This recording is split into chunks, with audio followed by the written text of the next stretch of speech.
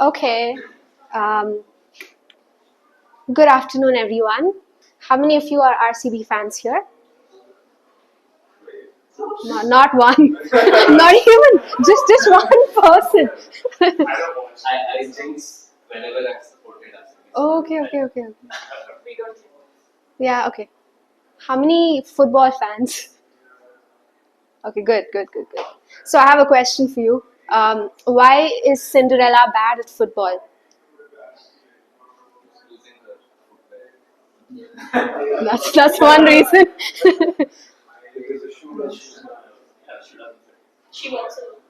She walks alone, so she can't join Liverpool. Yeah. What else?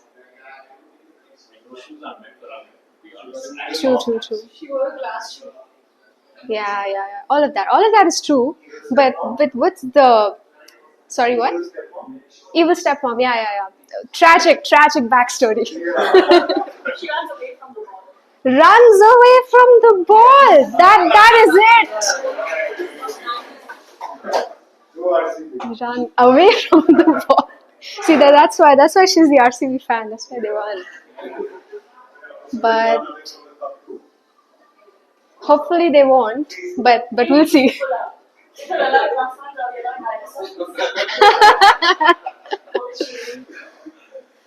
Good stuff. But there's a reason I told you that joke just now. So as soon as I said it, some of you started to think about the joke. I suppose some of these thoughts came to you spontaneously. Oh my god, what a cringe joke. What a lame pun. Or rather, maybe some of you started thinking about anyone got a beverage that they like to claim. Continue? Okay. Alright, so some of these thoughts came to you spontaneously. You started thinking, oh, why is it that Cinderella is bad at football? And a lot of you came up with really thoughtful responses like, oh, evil stepmom, she wears glass slippers, you can't play football with glass slippers. And finally, we got to, well, she runs away from the ball, and that's a pun. And that's where we ended it. So in the span of what 20-30 seconds that I said the joke, a lot happened inside each of your minds. Right? You went from thought, you went to thinking, and you also went to something I like to call overthinking. In just microseconds, milliseconds, a whole lot happened. So we've all heard these quotes about you can always choose your response to what happens to you, right? There's this proverbial gap between what happens to you, how you react to it, and how you actually respond to it. We know this. We've all read a lot of books that have told us how you can meditate or how you can get yourself into the state of flow, how you can slow things down for yourself, and how you can live a better life, right? And yet, how many of you overthink about life situations? How many people have trouble? You've been told that. But do you think you overthink? Maybe I analyze like. Maybe she has to overthink that as well. Yeah, like, have you lost sleep overthinking? Like, stayed up and like, oh my god, I'm so sleepy, but I can't stop thinking about this one thing, whether it's at work or whether it's a relationship thing or whether it's a family thing or something someone said to you out of nowhere and it just won't leave your mind. Happened? Yeah. Happens, right? Yes. And when your friend comes to you with their problems, you can see exactly what's wrong with them. You can see their blind spots maybe, and you give them very good advice, but they don't follow it. Happened? See a lot of head nods. And lastly, I don't know if everyone's had this phase, but did you go down this rabbit hole of trying to fix this? Like, oh, this TED talk is going to change my life. This book is going to change my life. This life coach is going to change my life. I've been there. I've been everywhere, in fact. That's probably why I chose this topic in the first place. So we've all been there, or at least we've had this feeling where we aren't thinking. The thinking is having us. Like, you don't have anxiety. Anxiety has you. Right?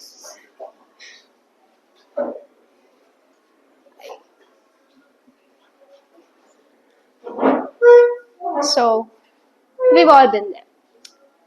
But what we're gonna do now is we're gonna run a little experiment so you can delineate the difference between thoughts, thinking, and overthinking. And I'll get to why this is important in a bit, but let's just do the experiment and see where we get. Alright? So, everybody, deep breath. Inhale, hold. Exhale. Another one. Hold, hold, hold. Exhale. One last time. Hold. Exhale. Okay, now we're all here in this room, and I want you to answer a question within yourself. You don't have to say it out loud, right? Just keep it to yourself. And it's a fairly basic question. Imagine it's 1 year from now. It's the 19th of May, 2025, and you are exactly where you want to be in your life. What does that look like for you? What does your job look like? What clothes are you wearing? Are you with someone? Are you by yourself? Where do you live?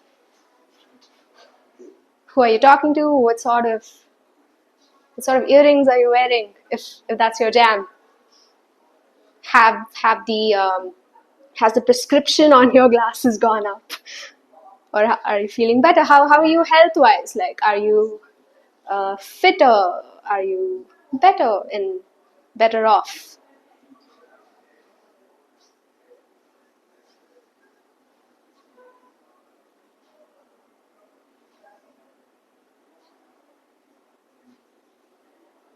Okay, got a decent train of thought going. Are you? How are your friends?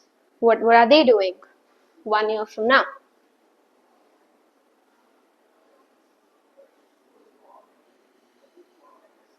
All right. Stay with it. Stay with it.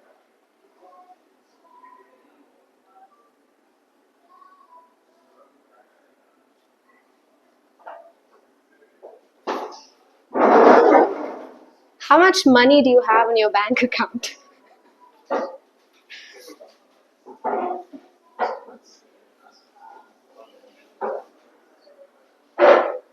Okay, good.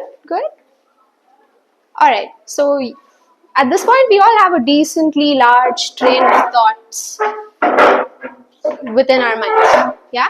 Okay. So I don't know every one of you well enough to know exactly what you imagined, right? Like what your dream life is going to be 1 year from now.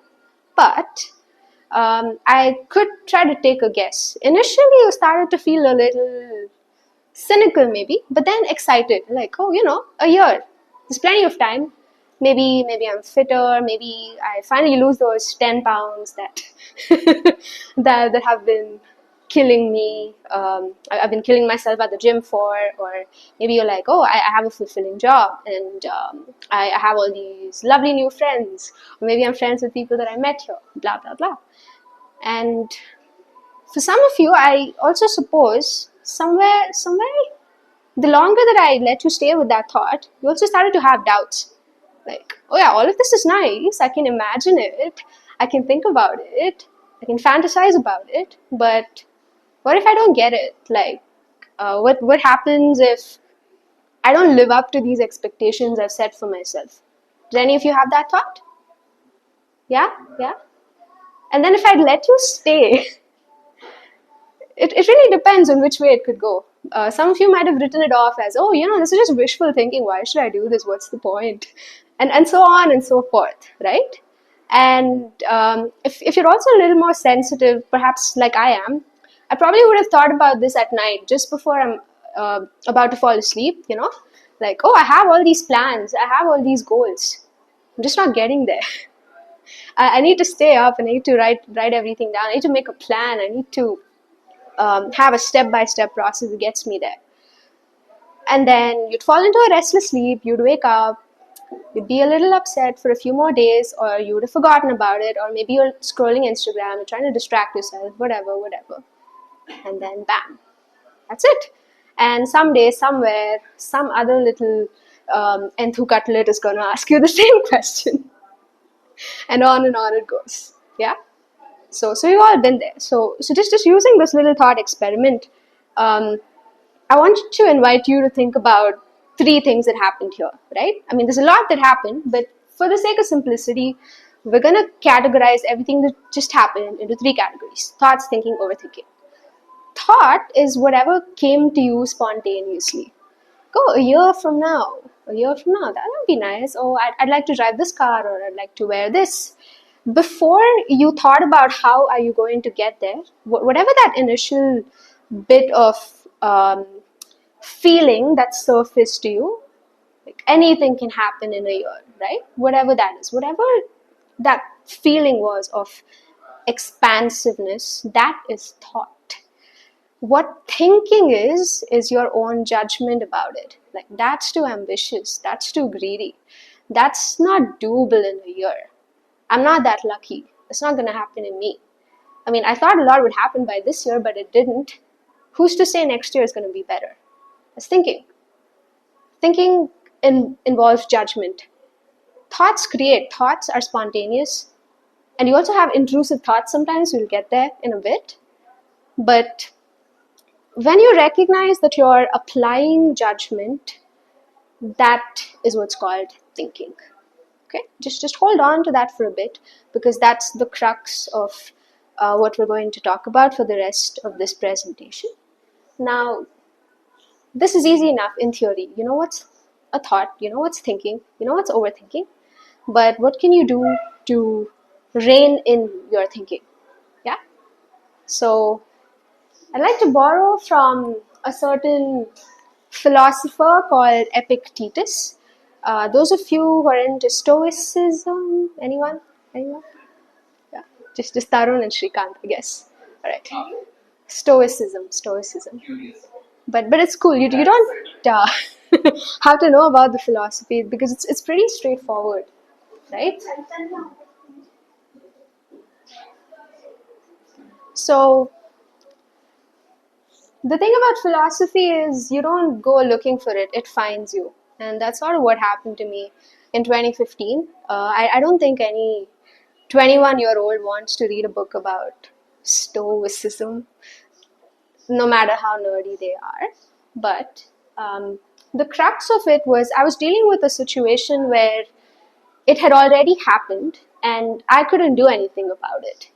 Right? I had no control. Like, it's already happened. It's a foregone conclusion. But I couldn't stop thinking about it all day, all night. Yeah, I guess the slide isn't clear, but you'll get those slides anyway. but the point being, there's only 3 kinds of things in the world, if we really get down to the crux of it. Things that you can exercise a great degree of control over, like what you're gonna order now at the Starbucks, and you can pay for it. You have the ability to do it. It's largely within your control. The second thing is things that are completely outside of your control. Like, you can't control what I'm gonna say. Like, you can't control who I'm gonna point this laser thingy at and pretend to smite them. You can't control my actions, really. And the third thing is things that you can influence but not fully control. Like, you might, like, what I'm trying to do is I'm trying to persuade you to this line of thinking, but whether or not you're fully on board, you fully believe it, whether it really makes a difference to you, that's not in my control, as pure as my intentions may be, right? So again, 3 things. Once you have a sense of which of your life situations falls into which category, then apply what we learned earlier: thinking, thoughts, overthinking, right? So is the thing that you fully control something that needs more of your attention, more of your energy, more of your action, perhaps the things that you can influence as well. Are your actions, is all of your time focused on that, or are you inadvertently spending time thinking and stressing yourself about things that you absolutely cannot control? Like, no matter how much you force yourself or will yourself to achieve a certain outcome, if it's out of your hands, perhaps not, that's not the best use of your time, perhaps it's not the best use of your energy, right? So the key thing is to stop your impulse or your instinct to think and overthink. But that's easier said than done. Why do you think in the first place? Why does your brain think so much? It's trying to help you survive, right? Like, if you didn't worry about, oh, is this is the milk in my tea gone bad, or if you didn't make all these small little judgments about, oh, is this person threatening, is this person not threatening, what if they do this, what if they do that, blah blah blah, all of this is your mind trying to help you survive. So you have this natural tendency to fall into this cycle of overthinking about things that you don't fully control. You don't control the actions of some other person. You don't know if they're a threat. You don't know if they're a friend, or if they're a foe, or if they're someone who's just trying to be in your network, right? So your tendency to do all this is to keep you safe. So it's not going to go away completely. But what you can do is to become aware. The minute that you're in this state where there's a million thoughts running through your mind, it means that in terms of your feelings, it's not always a positive feeling, right? So think back to a moment where you were very happy, very excited, very thrilled to be there, like a vacation spot, or being with a loved one, or doing something that you love. Were you overthinking at that point? What were you thinking at that point? Oh, I'm so happy. Oh, I have this affirmation that I'm so thrilled, I'm so excited, blah, blah, blah. Nothing, right? Like, when you're really happy, when you're really immersed in something, you're in a state of flow. There's no thoughts, there's no noise really when you're in a state of flow. The trick is to bring yourself to be in that state of flow as much as you can. Not just when you're playing a musical instrument, or not just when you're playing a sport, because that's when it's most easy to get into that state of flow, right? Like we've all played sports, at least we've tried to play sports and failed maybe. But when you're in a game, when you're playing a game, you're not thinking about, oh, I have homework to do, oh, I have to send this presentation. No, you're not. You're fully in there. So the trick is, can you try to be fully immersed wherever you are? And can you be fully immersed in only this category of things that you fully control? Yeah? All right. So that's pretty much the gist of this presentation. What we're going to do next is maybe just have an overview of a few little simple techniques that you can use to get through common traps or common feelings which surface but automatically push you in this loop of overthinking, right? Like, what can you do to break the flow that doesn't serve you versus get into a flow that does serve you? Yeah. All right. So I don't think I'll go into each one of these. Like, we can, but I want to get into this one because this comes up a lot every time I talk about this kind of a topic. So how many of us have this inadvertent habit of going to Instagram or LinkedIn and everyone is so happy, everyone is so excited, and they're waving their happiness in your face, and you want to throw your phone, but you also want to see, like, this girl got married to this guy, or this person got promoted, and here I am stuck in the same dead-end job. Or perhaps even, so-and-so has a kid and is now expecting another kid. Are they mature enough to have a kid? Blah, blah, blah. So envy is a very common emotion. And the reason I bring that up is because it's very easy to feel envious these days. Earlier, you used to feel envy when you used to go out to your workplace or wherever else, and you'd see all of these people and you think, oh gosh, wow, they're wearing something out of the ordinary today. Oh, I love the watch, I love the hair, I love this, I love that. But that's it. That's what your envy was limited to. But now with social media, the envy factor is amplified. Like wherever you look, people are living on another planet, another dimension. A whole new world awaits you, and you feel like you're left behind. You don't know where you fit. You're that middle class single millennial who does not know where you belong and if anyone even understands your worldview. Yeah. So what happens? You're like, oh, so and so has this, so and so has that. It's very easy to fall into comparing yourselves with others. You know it's a bad thing, but you can't help it. But one of the ways that you can use to counteract this tendency is to compare yourself with people who are worse off than you are. I know how it sounds, but you hear all these influencers saying, oh, be grateful, be happy about this, be happy about that. But the easiest way to feel grateful is to compare yourself to someone who does not have what you have, does not have what comes to you easily. Find out what other people envy about you. You already know what you envy about others, right? So think about, yeah, sure, 5 people got promoted, but 25 people also got laid off, right? You still have your job, you still have your ecosystem, you have people who care about you. A lot of people, maybe they don't have that. Maybe things didn't go quite to plan for them, and they're in a much worse off state. You know that there are people in your life who are much worse off than you. The people perhaps started off on the same path, like in school or college or wherever, but yeah, right? Reverse comparison. So similarly, the rest of these 7 deadly sins, each of them has um, a trick or a hack or a way that you can use to sort of shift the focus from what you don't have to bring back the focus to what you do have, and how you can slow the pace of your thoughts and turn them back towards you and bring yourself back to what you can control. Right?